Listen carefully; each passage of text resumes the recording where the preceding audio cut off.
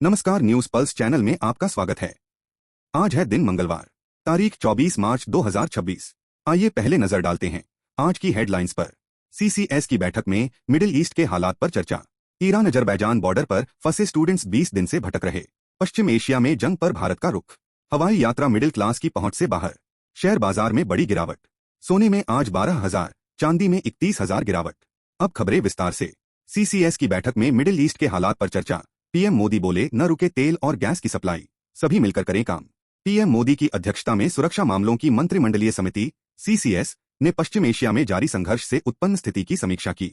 इसमें आम लोगों की खाद्य, ऊर्जा और ईंधन सुरक्षा समेत महत्वपूर्ण जरूरतों की उपलब्धता का आकलन किया गया। इसमें पेट्रोलियम, कच्चे तेल, गैस, बिजली और उर्वरक क्षेत्रों को लेकर मंथन किया गया। साथ ही राज्य सरकारों के साथ उचित समन्वय सुनिश्चित करने को कहा ताकि जरूरी वस्तुओं की कालाबाजारी और जमाखोरी न हो। पीएम मोदी के आवास पर आयोजित इस बैठक में गृह मंत्री अमित शाह, रक्षा मंत्री राजनाथ सिंह, स्वास्थ्य मंत्री जेपी नड्डा, विदेश मंत्री एस जयशंकर, पेट्रोलियम मंत्री हरदीप सिंह पुरी और वित्त मंत्री निर्मला सीतारमण समेत 13 अहम मंत्री मौजूद रहे। पश्चिम एशिया में जंग पर भारत का रुख, विपक्ष से एकजुटता की मांग।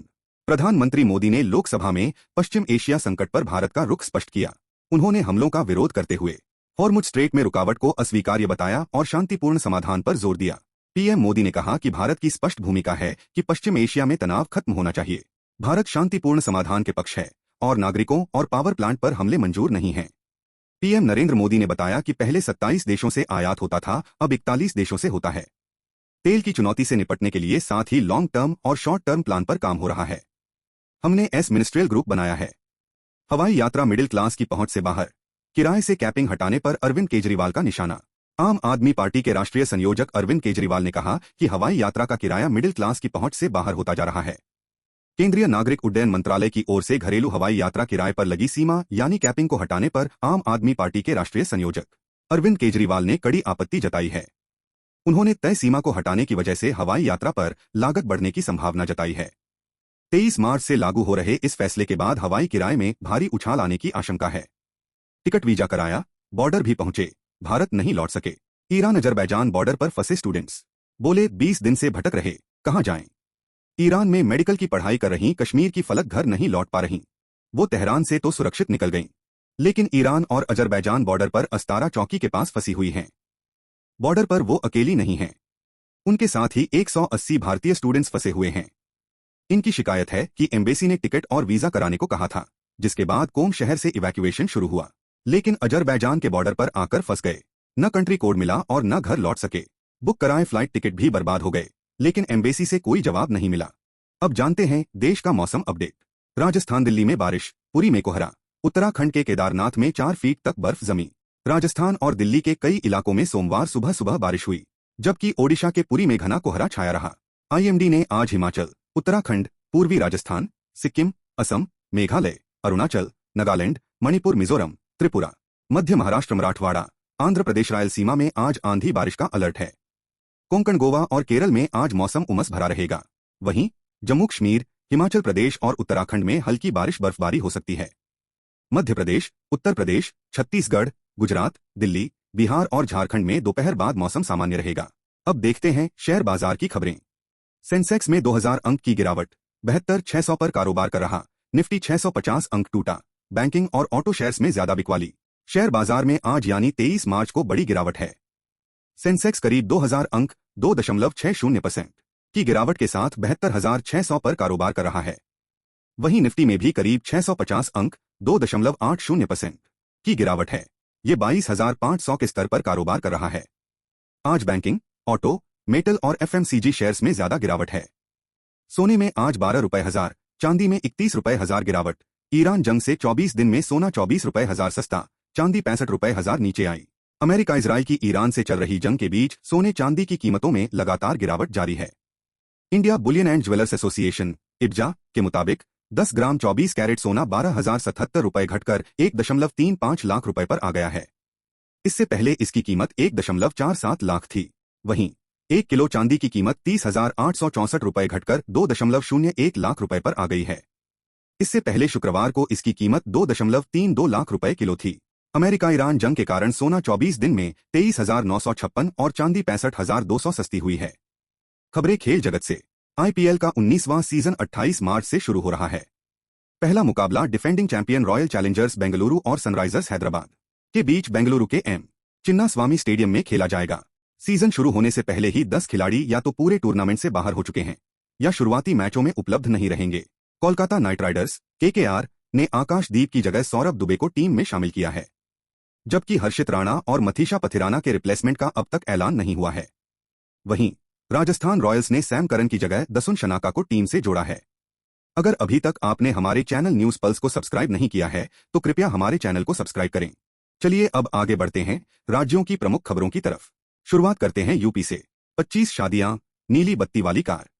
गोरखपुर की लड़की से 26वीं मैरिज करके ऐसे फंसा फर्जी आईएएस जालसाज प्रीतम निषाद। आरोपी ने खुद को मानिकपुर का एसडीएम बताकर गोरखपुर की लड़की से शादी की थी। आरोप है कि निषाद ने अब तक 25 लड़कियों से शादी कर लाखों रुपए ठगे हैं। पीड़ित परिवार को 30 लाख से अधिक का नुकसान हुआ। पुलिस अब इस बड़े धोखाधड़ी मामले की जांच कर रही है। फर्जी आईएएस प्रीतम निषाद पर गोरखपुर के कैंट इलाके की लड़की से फर्जी आईएएस बनकर शादी करने का आरोप है। इस केस में प्रीतम की बहन, जीजा और परिवार के अन्य लोग भी आरोपी बनाए गए हैं। प्रयागराज में पूर्व मंत्री के कोल्ड स्टोर में अमोनिया टैंक फटा, छत गिरने से 15 मजदूर दबे, रेस्क्यू ऑपरेशन जारी। गंगापार में सपा के पूर्व मंत्री अंसार अहमद के कोल्ड स्टोर में अमोनिया टैंक फट गया, जिससे छत गिर गई और 15 से अधिक मजदूर दब गए। मलबे में दबे मजदूर बिहार के सहरसा के रहने वाले बताए जाते हैं। अमोनिया गैस के रिसाव के कारण फायर कर्मी रेस्क्यू भी नहीं शुरू कर पा रहे हैं। अगली खबर अब दिल्ली से अवैध बांग्लादेशी प्रवासियों की। दिल्ली में कितने अवैध बांग्लादेशी? 9 महीने में 1,500 से ज्यादा को किया डिपोर्ट। 1.5 साल पहले शुरू हुआ था ऑपरेशन। दिल्ली में अवैध बांग्लादेशी प्रवासियों के खिलाफ लगातार कार्रवाई जारी है। बांग्लादेशी प्रवासियों के खिलाफ ये अभियान नवंबर 2024 में केंद्रीय गृह मंत्रालय MHA के निर्देशों के बाद शुरू हुआ था। बताया जाता है कि पहलगाम में 22 अप्रैल 2025 को हुए आतंकी हमले के बाद अभियान और तेज कर दिया गया। देश की राजधानी दिल्ली में अवैध बांग्लादेशी प्रवासियों के खिलाफ लगातार कार्रवाई जारी है। दिल्ली पुलिस का दावा है कि जून 2025 से फरवरी 2026 तक राजधानी में कुल 1,589 अवैध बांग्लादेशियों की पहचान कर उन्हें पकड़ा गया। इसके बाद इन सभी को अगरतला बांग्लादेश सीमा के रास्ते वापस बांग्लादेश भेज दिया गया। अगली खबर देखते हैं जम्मू कश्मीर से। ईरान के लिए सोना चांदी पैसे दान कर रहे लोग, विधायक ने किया सैलरी देने का ऐलान। जम्मू कश्मीर के बडगाम में स्थानीय लोगों और एमएलए मुंतजिर मेहदी ने मध्य पूर्व संघर्ष के बीच ईरान के प्रति एकजुटता दिखाई है। लोग सोना, चांदी, नकद और अपना 1 महीने का वेतन ईरान को दान कर रहे हैं ताकि खाड़ी क्षेत्र में बढ़ते तनाव और मानवीय जरूरतों को पूरा किया जा सके। इसी कड़ी में जम्मू कश्मीर के बडगाम में स्थानीय लोगों और एमएलए मुंतजिर मेहदी ने पश्चिम एशिया संघर्ष के बीच ईरान के प्रति एकजुटता दिखाई है। यह दान खाड़ी क्षेत्र में बढ़ते तनाव और मानवीय जरूरतों को पूरा करने के लिए किया जा रहा है। अब देखिए अगली खबर बिहार से। सांसद पप्पू यादव की बड़ी पहल, छात्र छात्राओं को फ्री में देंगे LPG सिलेंडर। पूर्णिया के सांसद पप्पू यादव ने बिहार के हॉस्टल और लॉज में रहने वाले छात्र छात्राओं के लिए मुफ्त LPG सिलेंडर देने की घोषणा की है। कॉलेज परिचय पत्र दिखाकर विद्यार्थी छोटे सिलेंडर में गैस भरवा सकेंगे। इसका उद्देश्य छात्रों, विशेषकर छात्राओं की पढ़ाई को सुगम बनाना, उनकी सुरक्षा सुनिश्चित करना और आत्मनिर्भरता को बढ़ावा देना है। सांसद पप्पू यादव ने कहा कि कॉलेज में पढ़ने वाले छात्र छात्राएं जो घर से बाहर रहकर पढ़ाई करते हैं, अगर उन्हें गैस लेने में कोई परेशानी होती है तो वे छोटा गैस सिलेंडर लेकर आए और फ्री में गैस भरवा कर जाएं।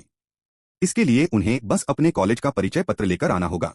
सांसद ने इसके लिए अपने सहयोगियों का मोबाइल नंबर भी जारी किया है जो इन बच्चों की सहायता करेगा। पटना में अदिति तो भोजपुर में सुरभि ने किया टॉप। बिहार बोर्ड ने 2026 की 12वीं कक्षा के नतीजे घोषित कर दिए हैं। शिक्षा मंत्री सुनील कुमार ने परिणामों की घोषणा की, जिसमें 85.19% छात्र पास हुए। यह 8वीं बार है जब बिहार बोर्ड ने देश में सबसे पहले परिणाम जारी किए हैं। अब देखिए खबर आंध्र प्रदेश से। आंध्र प्रदेश विजयवाड़ा से शुरू हुई भारत की पहली AQI मॉनिटरिंग इंटरसिटी बस सेवा, यात्रियों को मिलेगा साफ हवा। आंध्र प्रदेश के विजयवाड़ा से देश में पहली बार एयर क्वालिटी इंडेक्स AQI पर आधारित इंटरसिटी बस सेवा शुरू हो गई है। Intercity mobility brand intercity smart bus ने इस अनोखी सेवा को विजयवाड़ा बेंगलुरु रूट पर लॉन्च किया है, जिसका उद्देश्य यात्रियों को लंबी यात्रा के दौरान भी स्वच्छ और सुरक्षित हवा उपलब्ध कराना है। सामान्य बसों में अंदर की हवा बाहर की हवा से 2 से 3 गुना ज्यादा प्रदूषित होती है, लेकिन स्मार्ट बस AQI में लगाए गए एडवांस्ड एयर फिल्ट्रेशन सिस्टम ने इस समस्या को दूर किया है। अब देखिए खबर केरल से। केरल भाजपा अध्यक्ष चंद्रशेखर की उम्मीदवारी रद्द करने की मांग। कांग्रेस का दावा, बेंगलुरु में 200 करोड़ रुपए का बंगला, हलफनामे में जानकारी छिपाई। कांग्रेस ने चुनाव आयोग से केरल भाजपा अध्यक्ष राजीव चंद्रशेखर की उम्मीदवारी रद्द करने की मांग की है। कांग्रेस का आरोप है कि चंद्रशेखर का बेंगलुरु के पौष इलाके कोरमंगला में 49,000 स्क्वायर फीट का बंगला है, जिसकी कीमत करीब 200 करोड़ रुपए के आसपास है। चुनाव आयोग को दिए हलफनामे में इसकी जानकारी छिपाई गई है। आइए देखते हैं अगली खबर अब राजस्थान से। पाकिस्तान के लिए जासूसी के बड़े नेटवर्क का पर्दाफाश, अब असम के एयरफोर्स स्टेशन से एक और अरेस्ट। राजस्थान की इंटेलिजेंस टीम ने असम के वायुसेना अड्डे में तैनात एक कर्मचारी को जासूसी के आरोप में गिरफ्तार किया है। आरोपी की पहचान उत्तर प्रदेश के प्रयागराज स्थित लाहौरपार निवासी 36 वर्षीय सुमित कुमार के रूप में हुई है। इससे पहले पुलिस ने जासूसी के आरोप में जैसलमेर के रहने वाले झबरा राम को गिरफ्तार किया था। राजस्थान अतिरिक्त महानिदेशक पुलिस इंटेलिजेंस प्रफुल्ल कुमार ने बताया कि आरोपी वर्तमान में असम के डिब्रूगढ़ स्थित वायुसेना के अड्डे छबुआ में कार्यरत है। वह वायुसेना के अड्डे पर एमटीएस पद पर रहते हुए सिविल कार्य देखता है। आरोपी 2023 से पाकिस्तानी खुफिया एजेंटों के संपर्क में था। वह पैसों के बदले गोपनीय जानकारी साझा कर रहा था। फर्जी पास लेकर प्रदीप मिश्रा की कथा सुनने पहुंचे लोग कलर फोटोकॉपी कर बेच दिए। आयोजक बोले बैठने की क्षमता से ज्यादा लोग पहुंचे। जयपुर में चल रही कथावाचक प्रदीप मिश्रा की शिव महापुराण कथा का आज चौथा दिन है। मानसरोवर स्थित वीटी रोड मेला ग्राउंड में बड़ी संख्या में लोग कथा सुनने पहुंचे। वहीं कुछ लोग फर्जी पास लेकर कथा सुनने पहुंचे। इस कारण परिसर में सिटिंग से ज्यादा लोग पहुंच गए और अव्यवस्था फैल गई। तीसरे दिन रविवार होने के कारण स्थिति ज्यादा चुनौतीपूर्ण रही, जब पास होने के बावजूद कई श्रद्धालुओं को एंट्री नहीं मिल सकी और उन्हें गेट से वापस लौटना पड़ा। आइए देखते हैं अगली खबर अब उत्तराखंड से। मर चुकी थी महिला, जिंदा समझ 4 अस्पतालों में ले गया परिवार। किसी भी डॉक्टर ने नहीं बताया सच, देहरादून में ये कैसी लापरवाही। देहरादून के सहसपुर कोतवाली क्षेत्र के बैरागीवाला गांव की 25 वर्षीय महिला की रविवार को अचानक तबीयत बिगड़ गई थी। आनन फानन में परिजन उसे हरबटपुर के एक निजी अस्पताल ले गए। अस्पताल प्रबंधन की अनदेखी के कारण परिवार अपनी मृत बहू को जिंदा समझकर इलाज के लिए 20 किलोमीटर तक 3 अलग अलग अस्पतालों के चक्कर काटता रहा। अस्पताल ने पुलिस को मौत की सूचना दी पर परिजनों को नहीं बताया। झाझरा के अस्पताल में मौत की पुष्टि के बाद हंगामा हुआ। प्रशासन ने मामले की जांच शुरू कर दी है। अब नजर डालते हैं छत्तीसगढ़ के समाचारों पर। अचानक बाड़े में आ घुसे 5 आवारा कुत्ते, हिरणों पर किया हमला, 15 की मौत, 4 वन कर्मियों पर एक्शन। छत्तीसगढ़ के सरगुजा जिले में अंबिकापुर स्थित animal rescue centre Sanjay Van Vatika में शुक्रवार रात आवारा कुत्तों का एक झुंड पार्क में घुसा और हिरणों पर दौड़ा दौड़ा कर ताबड़तोड़ हमला कर दिया। आवारा कुत्तों के हमले से 15 हिरणों की दुखद मौत हो गई।